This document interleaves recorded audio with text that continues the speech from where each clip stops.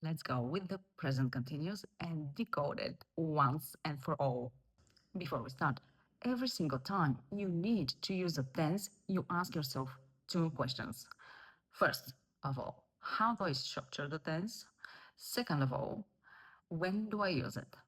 And these are the only two questions that you are interested in. And of course, the third one is like, what is the name of the tense? Of course, we need to know the names of the tenses. Absolutely, we need to know them. Let's focus on the structure first. The present continuous. I am doing.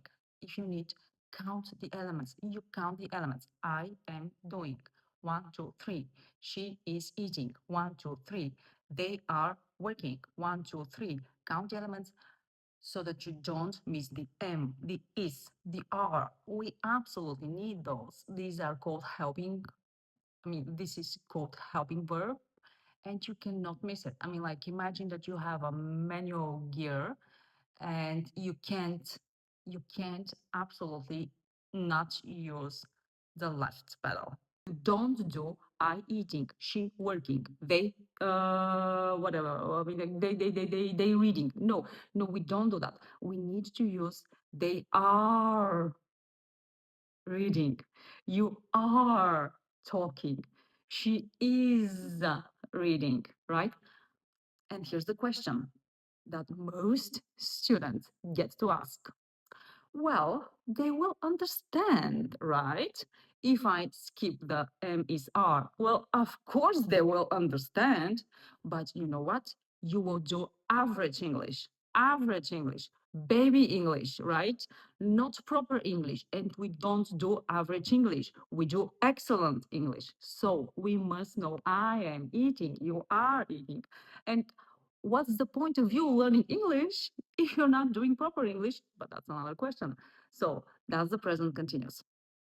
Of course, with questions, and is are up at the beginning. And there you go. Are you reading? Is she talking to me?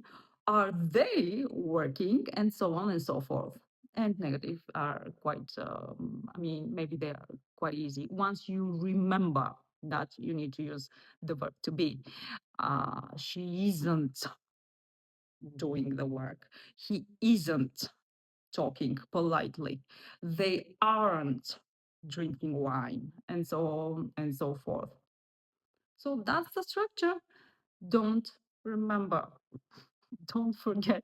I meant don't forget to say they are, she is, we are. And don't forget the ing, because there is another thing. They say, she is it. Oh, no, that's not good either, right? So we do the ing and we do n is r.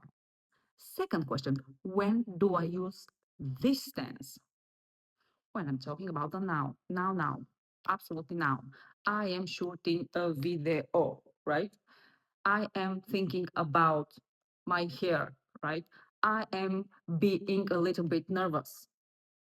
And then there's the longer now, which takes a little bit longer than, it's not the now.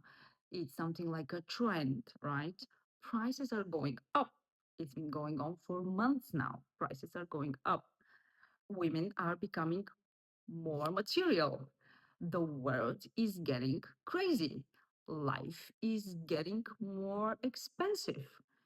Mm, Foods are becoming less and less delicious, more and more processed. Men are, what are they doing?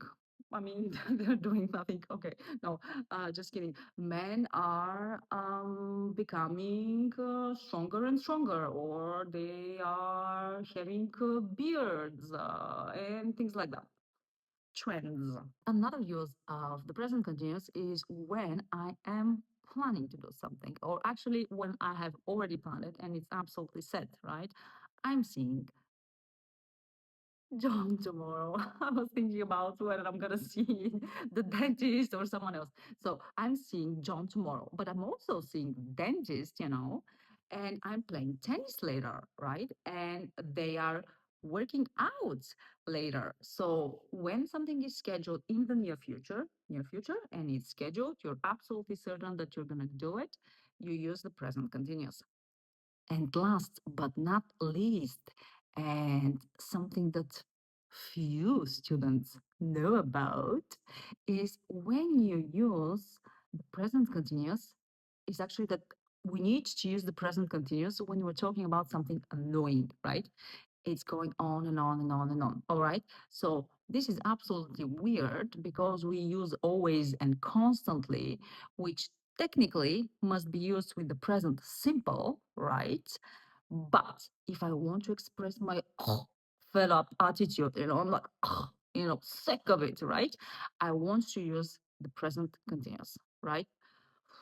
You know, or whatever. My roommate is constantly, all the time, leaving her dirty socks on the floor. I mean, like, ooh, And when I say that, right, this means that I don't really like it, right? But if I say, oh, my roommate constantly leaves her socks, right, or dirty socks on the floor, basically, when I use the present simple, I cannot show that I am not neutral, right? But when I say she's constantly doing it, I'm like, you know, my students are always complaining about how much homework I give them, always complaining. You see? So it's always yes, which means regularity, which means present simple. No, in this case, no, right? Or, my colleague is always being late. I'm sick of it, or what was I going to say? Okay, my friend is always borrowing or is always asking me for some money. Oh my goodness, isn't that annoying, right? So feel free to comment. Feel free to try to practice 1, 2, 3, and 4 uses of the present continuous. Feel free to ask questions and feel free to not do average English, to not do tešteme разберат English. We are going to разберем, but this is not the bar. The bar is higher.